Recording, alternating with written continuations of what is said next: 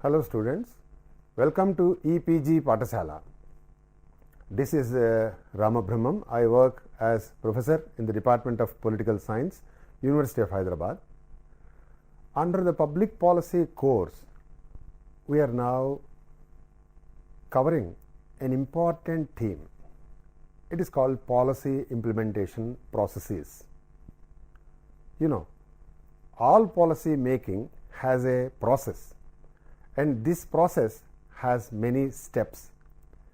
This process needs to be understood as any student of public policy has to appreciate how policies are made and what stages a policy making is attempted and how and why certain mandatory steps are necessary to know. For instance, any item to be considered as policy item needs to first of all reach the agenda stage. Like that, the actual modus operandi of implementation has to be also kept in mind before we think of evolving a policy. In other words, policy is a continuum. In this, it starts with agenda and terminates with implementation, and finally the what is called the feedback helps in revising a policy. We are now going to discuss various stages of policy making and how these are interconnected. Okay? Policy making process is often compared with systems approach. Eminent political scientists like David Easton defined policy in the following, that it is preceded by what is called input, throughput, output, and it is guided by what is called feedback also. In other words, some other political scientists called it as a black box which converts inputs into outputs. However, it might be useful to regard policy process as incorporating determination of what constitute a policy issue in the first place and as continuing during the implementation stage there. Hogwood and Gunn specify 10 steps for a policy, that is, a policy as a label for the field of activity, an expression of desired state of affairs, specific proposals, decisions of the government, formal authorization, a program, an output, an outcome, a theory or model, and a process. Euler and Privet also observe that policy is distinguished from policy goals, policy intentions, and policy choices. What this suggests is that it is helpful to distinguish components of a policy, and these are many. Number one, if it is intentions, what are the true purposes of an action? If it is goals, the stated ends to be achieved. Then plans or proposals, specified means for achieving the goals, and programs, authorized means for achieving goals. Decisions or choices, specific actions taken to set goals, develop plans, implement, but also evaluate to know how these are implemented.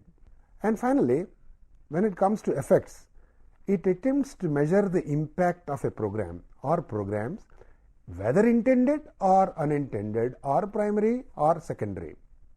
In analyzing a policy process, it is important to recognize that different actors will be using the word policy in different ways, often with specific objective of influencing how others perceive their actions. Policy involves a course of action or web of actions or decisions rather than just one decision. There are several aspects to this. Let us cover one by one. A decision network, or called the web of decisions, may be involved in producing action taking over a long period of time, sometimes extending far beyond the initial policy making process. Policy is not usually expressed in a single decision, but is defined in terms of series of decisions. Then policies invariably change over time. and policy process is dynamic in this context, we should note, rather than static, then it is important to acknowledge that the policy process is not to be seen as being all alone on a desert island or a standalone issue. Rather, it will be entering a crowded policy space, impacting upon and being influenced by other policies there. Then, much of policy making is concerned with attempting the difficult task of policy termination or determining policy succession. Analyzing the fact of non-decisions is one of the main concerns of the study of public policy. The reasons for not taking decisions need to be analyzed, as much of inactions of decisions are aimed at maintaining status quo and resisting challenges. Policy may be seen as an outcome which actors may or may not want to claim as a consequences of purposive activity. The new policies develop a dense environment of already existing policies.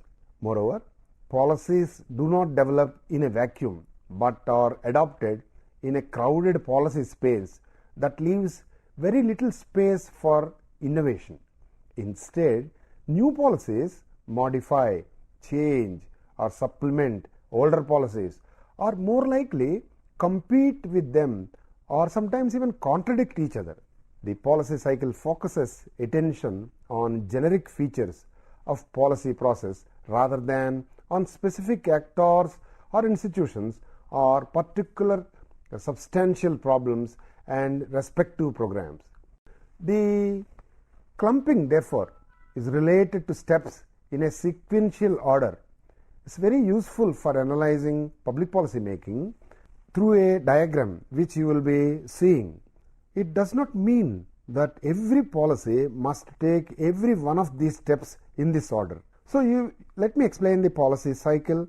That first of all, you will be initiating a policy option, implementing public policy option, and monitoring and evaluating a policy, then settlement of agenda, then identification, formulation and choice of public policy option. This is a cycle by which you will be noticing important stages there. One of them is agenda. It is also called agenda setting. First, in policy making stage, it refers to identification of a problem, of course public problem, which requires the state to intervene. In fact, there are many problems, but only a small number will be given official attention by legislators and executive, sometimes even judiciary. Those public problems that are chosen by decision makers constitutes the policy agenda. Sometimes it is also stated that the manifesto of a political party offers as a base or an agenda for the governments in power to act upon. From the myriad concerns that are brought to government's attention, limited time and resources will ensure that only a few are chosen for policy attention. Making it on the policy agenda means that what was once a private concern is now transformed into a policy issue, commanding the resources of government and becoming a part of policy cycle. To make it on the agenda table, however, an issue must meet at least 4 conditions generally. 1. There must be an agreement on a problem. For instance, consensus. Say for instance the GST. A problem only exists when significant interests agree that there should be a change in current circumstances. To achieve this, usually require a coalition of voices inside and outside government there. Secondly, there must be the prospect of a solution. Policymakers prefer issues which appear to be or nearer a solution. Few politicians are drawn to issues that promise certain failure. Nobody will be interested to look into policies that are bound to fail. In an elected government for 5 years, any government looks for a policy which will definitely succeed. Then thirdly, the issue must be appropriate for government expenditure. Every rupee spent on one issue is a rupee not available to another aspect or another issue. Then fourthly, for whom is the issue a problem? The government's own ideology may influence ministers' decisions on whether they want to deal with an issue at all. Then comes the problem stream, which is made up of issues upon which policymakers choose to focus their attention, as opposed to those who look to just ignore. Issues will receive attention if they are framed by indicators, measures that are used to assess scale and change in an issue. After the indicators, then comes the events such as disasters, which focus policymakers' attention on a particular problem, and feedback about current performance that indicate a failure to meet goals. In the policy stream, as you might be noticing, some ideas float to the top and others sink. Thus, political stream is a concept which is separate from problem and policy streams. The political stream also has a number of elements that include national mood, public opinion, organized political forces such as political parties and pressure groups, the government itself, and the capacity for consensus building around a particular issue. One of the policy scientists, Kingdom, suggested that at critical times these three streams come together. What are these streams? Once again, let me see that political stream, like one of them is that is a national mood, public opinion, organized political forces, etc. These influence the outcome of a policy at all. And then there is also a unique window of opportunity in which a problem gets recognized, a solution is developed and available in policy community, or a political change makes the right time for policy change, and potential constraints are not difficult to overcome.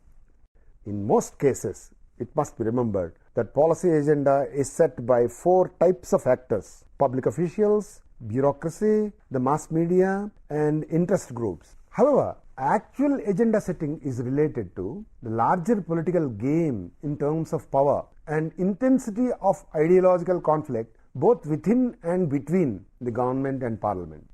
Then comes, after the agenda, we will be coming to a very interesting stage called policy formulation. At this stage in policy cycle, there will be an expression of problems, proposals and demands that transformed a government's programs or change the direction. Policy formulation and adoption includes clear delineation of objectives, what should be achieved with the policy, and the consideration of different alternatives. Some authors differentiate between formulation, also known as alternatives for action, and the final adoption, the formal decision to take on the policy. And policies will not always be formalized into separate programs. A clear-cut separation between formulation and decision making is very often impossible. Therefore, they are treated as substages in a single stage of policy cycle. Policy formulation further implies the definition of objectives and selection of most appropriate policy instruments as well as their settings. It takes place within the broad context of technical and political constraints of state action. The political constraints can be either substantive or procedural.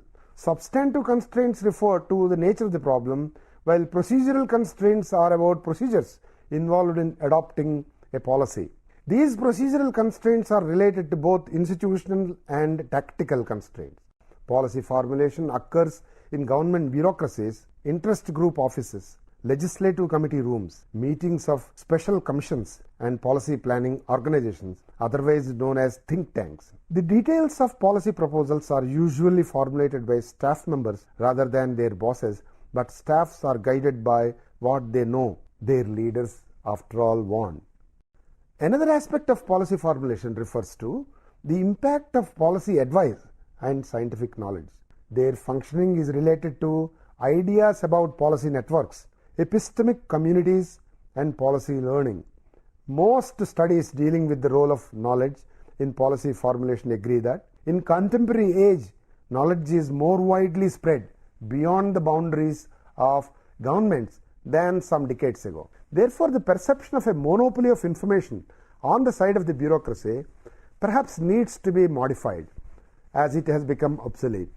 Policy formulation proceeds as a complex social processes in which state actors play a very important role but not necessarily a decisive role. What is policy adoption then? In contrast to preliminary stages of decision making, the final adoption of a particular policy alternative is determined by institutional or governmental institutions. The adoption of a policy is determined by a number of factors. Of these, two sets are relevant for our discussion. First, set of feasible policies can be reduced by the necessity to build majorities for the approval of an option. So this implies that considerations about values, party affiliation, constituency interests, public opinion, and decision rules more or less guide. Party loyalty is an important decision-making criterion for most members of parliament. Therefore, party affiliation is an important indicator for the likelihood of a member of parliament to approve a policy draft. Nevertheless, there is considerable variation in the cohesion of parties within national parliaments. Another important decision criteria is given by the expected costs and benefits of a policy proposal in respect of a constituency.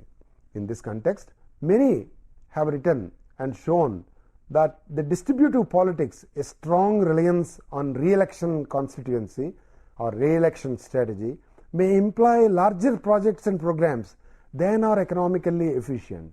Generally, a member of parliament is expected to adopt a policy option if the benefits for the constituency prevail.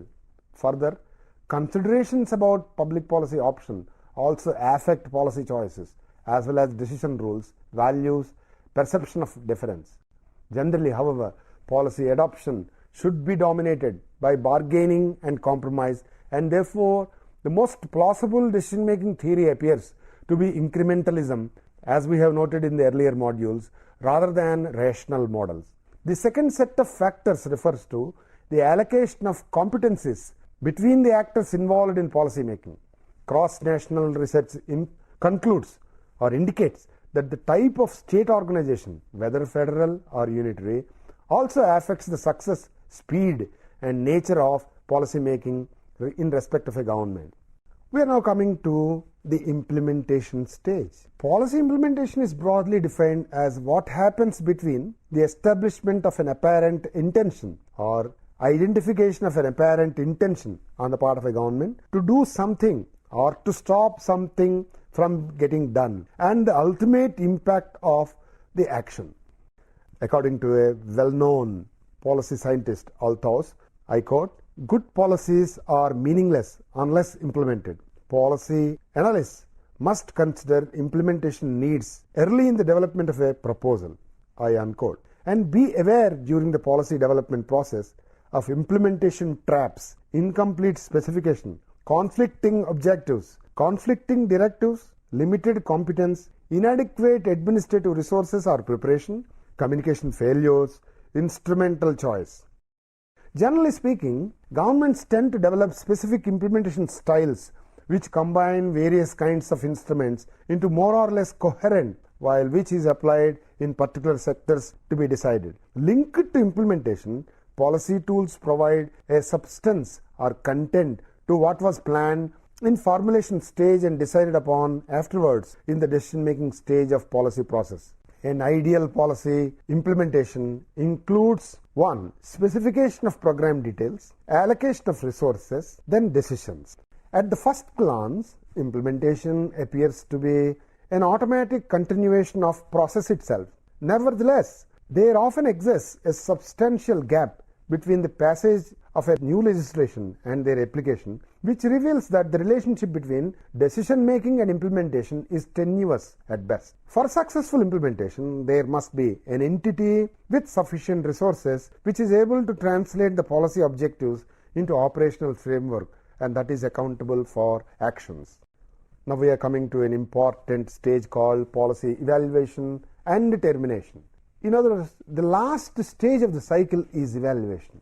David Nachmias defined policy evaluation as, I quote, the objective, systematic, empirical examination of the effects, ongoing policies, and public programs it has to have on the targets in terms of goals they are meant to achieve.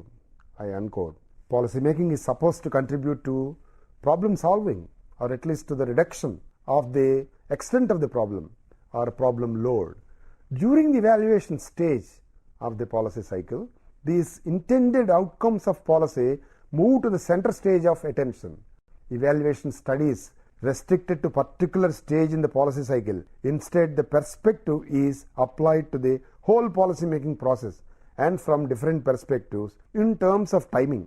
Carol Weiss, an evaluation expert, defines policy evaluation as a methodical assessment of the process and an upshot of project weighed against a set of unequivocal or embedded values as means of contributing to the upgrading of the project. I unquote.